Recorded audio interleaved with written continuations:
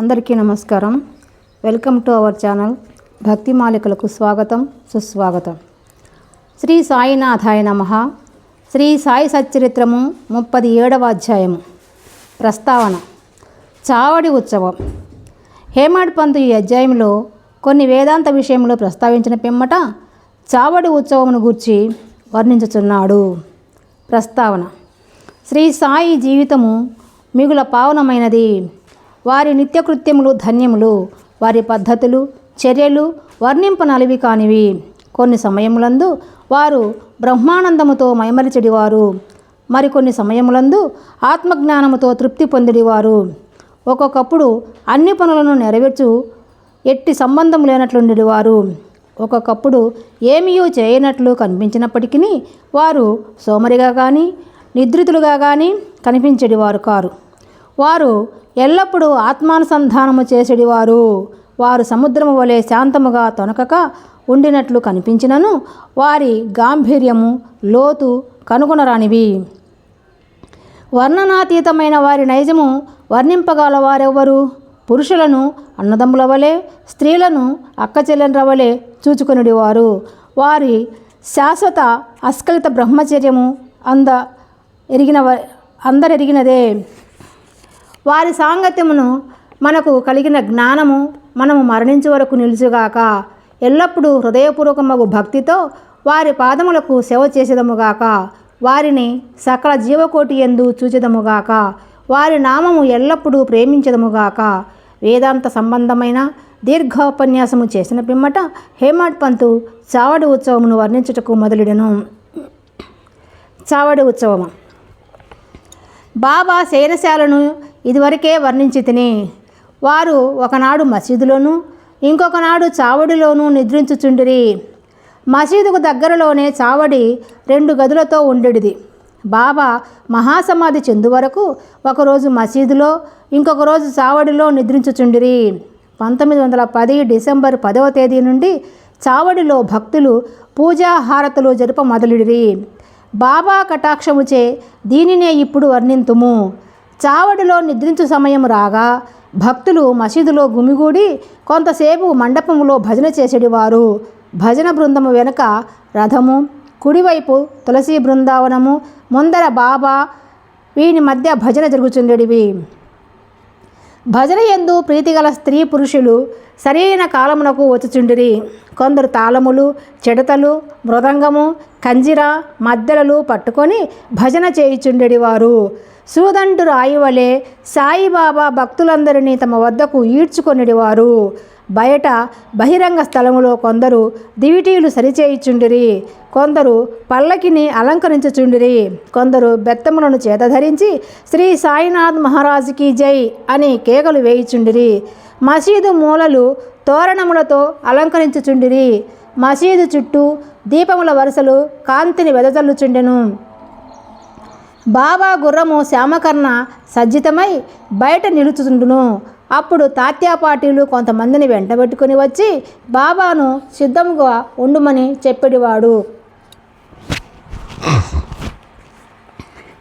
బాబా నిశ్చలముగా కూర్చునివారు.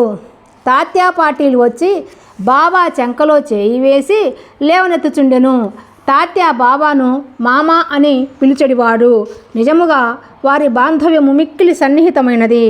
బాబా శరీరముపై మామూలు కఫనీ వేసుకుని, చంకలో సటకా పెట్టుకొని, చిలుమును పొగాకును తీసుకొని, పైన ఉత్తరీయము వేసుకొని బయలుదేరుటకు సిద్ధపడుచుండిరి. పిమ్మట తాత్య జలతారు సెల్లాను బాబా వడలిపై వేసడివారు. అటు పిమ్మట బాబా తన కుడి పాదము బొటనవ్రేలుతో దునిలోని కట్టెలను ముందుకు తోసి కుడి చేతితో మండుచున్న దీపము నార్పి చావడికి బయలుదేరేడివారు. అన్ని వాయిద్యములు మ్రోగెడివి. మతాబు, మందు సామానులు అనేక రంగులు ప్రదర్శించుచు కాలెడివి. పురుషులు, స్త్రీలు బాబా నామము పాడుచు మృదంగము, వీణల సహాయముతో భజన చేయుచు ఉత్సవములో నడుచుచుండిరి. కొందరు సంతోషముతో నాట్యమాడుచుండిరి. కొందరు జెండాలను చేతబట్టుకొని నడుచుచుండిరి. బాబా మసీదు మెట్లపైకి రాగా బాల్దారులు శ్రీ సాయినాథ్ మహారాజుకి జై అని కేకలు పెట్టుచుండిరి. బాబాకు ఇరుప్రక్కల చామరములు మొదలగునవి పట్టుకొని విసరుచుండిరి. మార్గమంతయు అడుగులకు మడుగులు పరిచెడివారు. వానిపై బాబా భక్తుల కేలూతతో నడిచెడివారు. తాత్య ఎడమ చేతిని, మహల్సాపతి కుడి చేతిని, బాపు సాహెబ్ జోగు శిరస్సుపై ఛత్రమును పట్టుకునిడివారు. ఈ ప్రకారముగా బాబా చావడికి పైన మగుచుండెను.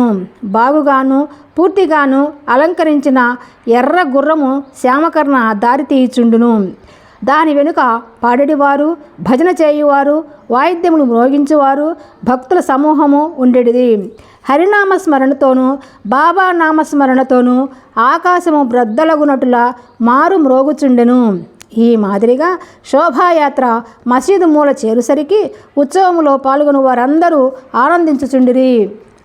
ఈ మూలకు వచ్చేసరికి బాబా చావడి వైపు ముఖము పెట్టి నిలిచి ఒక విచిత్రమైన ప్రకాశముతో వెలిగడివారు.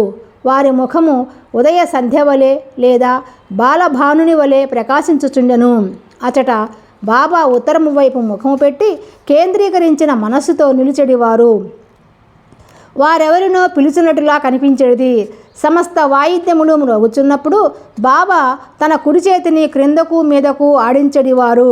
అట్టి సమయమున కాకాసాహెబ్ దీక్షిత్ ముందుకు వచ్చి ఒక వెండి పల్లెములో పువ్వులు, గులాలు పొడిని తీసుకొని బాబాపై పెక్కు సార్లు చల్లుచుండెను. అట్టి సమయమందు సంగీత వాయిద్యములు వాని శక్తి కొలది ధ్వనించుచుండెను. బాబా ముఖము స్థిరమైన ద్విగుణీకృత ప్రకాశముతోడను సౌందర్యముతోడను వెలుగుచుండెను. అందరూ ఈ ప్రకాశమును మనసారా క్రోలుచుండిరి. ఆ దృశ్యమును, ఆ శోభను వర్ణించుటకు మాటలు చాలవు. ఒక్కొక్కప్పుడు ఆనందభరమును భరించలేక ఆ ఆనందమును భరించలేక మహల్సాపతి దేవత ఆవేశించిన వాని వలె నృత్యము చేయువాడు. కానీ బాబా యొక్క ధ్యానమేమాత్రము చెదరక ఉండేది. చేతిలో లాంతరు పట్టుకొని తాత్యా పాటీలు బాబాకు ఎడమ ప్రక్క నడుచుచుండెను. భక్త మహల్సాపతి కుడివైపు నడుచుచు బాబా సెల్ల అంచును పట్టుకొనిడివారు. ఈ ఉత్సవం ఎంతో రమణీయముగా ఉండేది. వారి భక్తి చెప్పనలవి కానిది. ఈ పల్లకి ఉత్సవం చూచుటకు పురుషులు, స్త్రీలు, ధనికులు, పేదవారు గుమిగూడుచుండిరి. బాబా నెమ్మదిగా నడుచుచుండెను. భక్తి ప్రేమలతో భక్త మండలి బాబాకు ఇరుప్రక్కల నడుచుచుండెడి వారు. వాతావరణమంతయు ఆనందపూర్ణమై ఉండగా శోభాయాత్ర చావడి చేరుచుండెను. ఆ దృశ్యము, ఆ కాలము గడిచిపోయినవి. ప్రస్తుతము కానీ ఇక ముందు కానీ ఈ దృశ్యమును కనలేము. అయినను ఆ దృశ్యమును జ్ఞప్తికి తెచ్చుకొని భావన చేసినచో మనసుకు శాంతి, తృప్తి కలుగును. చావడిని బాగుగా అలంకరించుచుండిరి. దానిని తెల్లని పైకప్పుతోనూ, నిలువుట అద్దములతోనూ, అనేక రంగుల దీపములతోనూ, వేలాడగట్టిన గాజు బుడ్డీలతోనూ అలంకరించుచుండిరి. చావడి చేరగానే తాత్యా ముందు ప్రవేశించి ఒక ఆసనము వేసి బాలీసు నుంచి బాబాను కూర్చుండబెట్టి మంచి అంగరఖ తొడిగిన పిమ్మట భక్తులు బాబాను 1000 విధముల పూజించుచుండిరి. బాబా తలపై తురాయి కిరీటమును పెట్టి పువ్వుల మాలలు వేసి మెడలో నగలు వేయుచుండిరి. ముఖమునకు కస్తూరి నామమును, మధ్యన బొట్టును పెట్టి మనస్ఫూర్తిగా బాబా వైపు హృదయానందకరముగా చూచెడివారు. తలపై కిరీటము అప్పుడప్పుడు తీయిచుండెడివారు. లేనిచో బాబా దానిని విసరివైచునని వారి భయము. బాబా భక్తుల అంతరంగమును గ్రహించి వారి కోరికలకు లొంగి ఉండేవారు. వారు చేయుదానికి అభ్యంతరం పెట్టువారు కారు. ఈ అలంకారముతో బాబా మిక్కిలి సుందరముగా కనిపించుచుండిరి. నానాసాహెబ్ నిమోన్కర్ గిరున తిరుగు కుచ్చుల ఛత్రమును పట్టుకొనుచుండెను. బాపు సాహెబ్ జోగు ఒక వెండి పల్లెములో బాబా పాదములు కడిగి ఆర్ఘ్యపాద్యములు అర్పించి చేతులకు గంధము పూసి తాంబూలం ఇచ్చుచుండెను. బాబా గద్దెపై కూర్చుని ఉండగా తాత్యా మొదలగు భక్తులు వారి పాదములకు నమస్కరించుచుండిరి. బాలీసుపై ఆనుకొని బాబా కూర్చొని ఉండగా భక్తులు ఇరువైపులా చామరలతోనూ విసనకర్రలతోనూ విసరుచుండిరి. అప్పుడు శ్యామ చిలుమును తయారు చేసి తాత్యాకు ఇవ్వగా అతడొక పీల్పు పీల్చి బాబాకిచ్చుచుండెను. బాబా పీల్చిన పిమ్మట భక్త మహల్సాకు ఇచ్చేడివారు. తదుపరి ఇతరులకు లభించుచుండెను. జడమగు చిలుము ధన్యమైనది. మొట్టమొదట అది అనేక తప పరీక్షల కాగవలసిన వచ్చెను. కుమ్మరులు దానిని త్రొక్కుట, ఎండలో ఆరబెట్టుట, నిప్పులో కాల్చుట వంటివి సహించి తుదకు అది బాబా ముద్దుకు హస్తస్పర్శకు నోచుకున్నది. ఆ ఉత్సవము పూర్తి అయిన పిమ్మట భక్తులు పూలదండలను బాబా మెడలో వేసేటివారు. వాసన చూచుటకు పువ్వుల గుత్తులను చేతికిచ్చేవారు. బాబా నిర్వ్యామోహము, అభిమాన రాహిత్యముల అవతారమగుట చేత ఆ అలంకరణలను కానీ మర్యాదలను కానీ లెక్కపెట్టువారు కారు. భక్తులందుగల అనురాగముచే వారి సంతుష్టి కొరకు వారి ఇష్టానుసారము చేయుటకు ఒప్పుకొనుచుండిరి. ఆఖరుకు బాపూసాహెబ్ జోగు సర్వ లాంఛనములతో హారతినిచ్చువాడు. హారతి సమయమున భాజా భజంత్రి మేళతాళములు స్వేచ్ఛగా వాయించువారు. హారతి ముగిసిన పిమ్మట భక్తులు ఆశీర్వాదమును పొంది బాబాకు నమస్కరించి ఒకరి తరువాత ఒకరు తమ తమ ఇండ్లకు పోవుచుండిరి. చిలుము, అత్తరు, పన్నీరు సమర్పించిన పిమ్మట తాత్య ఇంటికి పోవుటకు లేవగా బాబా ప్రేమతో అతనితో ఇట్లనును, నన్ను కాపాడుము, నీకిష్టమున్నచో వెళ్ళుము, కానీ రాత్రి ఒకసారి వచ్చి నా గూర్చి కనుగొనుచుండుము. అట్లనే చేయుచుననుచు తాత్య చావడి విడిచి గృహమునకు పోవుచుండెను. బాబా తన పరుపును తానే అమర్చుకునివారు. 50-60 దుప్పట్టును ఒకదానిపై ఇంకొకటి వేసి దానిపై నిద్రించువారు. మనము కూడా ఇప్పుడు విశ్రమించదము. ఈ అధ్యాయమును ముగించకముందు భక్తులకు ఒక మనవి. ప్రతిరోజు రాత్రి నిద్రించుటకు ముందు సాయిబాబాను వారి చావడి ఉత్సవమును జ్ఞప్తికి తెచ్చుకొనవలను. 37వ అధ్యాయము సంపూర్ణము. సద్గురు శ్రీ సాయినాథార్పణమస్తు. శుభం భవతు. ఈ వీడియో మీకు నచ్చినట్లయితే లైక్ చేయండి, షేర్ చేయండి, సబ్స్క్రైబ్ చేసుకోండి.